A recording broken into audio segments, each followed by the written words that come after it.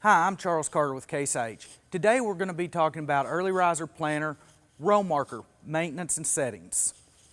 First thing to ensure with your row markers is that you're greasing them daily. You have grease fittings located at your fold points here, here, and also on the back side. Ensure those are greased properly for longevity of the markers. Secondly, ensure that your shear bolts are tight and have not been damaged from hitting an obstacle. First day of planting, you're also going to want to ensure that your marker arm is properly set for your planter width. This will ensure that your markers are accurate on width so you have the proper mark to follow when using them.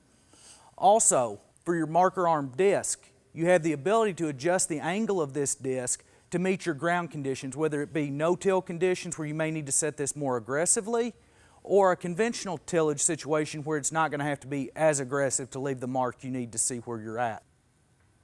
If you have any additional questions on your maintenance or operation of your markers, please consult your operator's manual or contact your local Case IH dealer.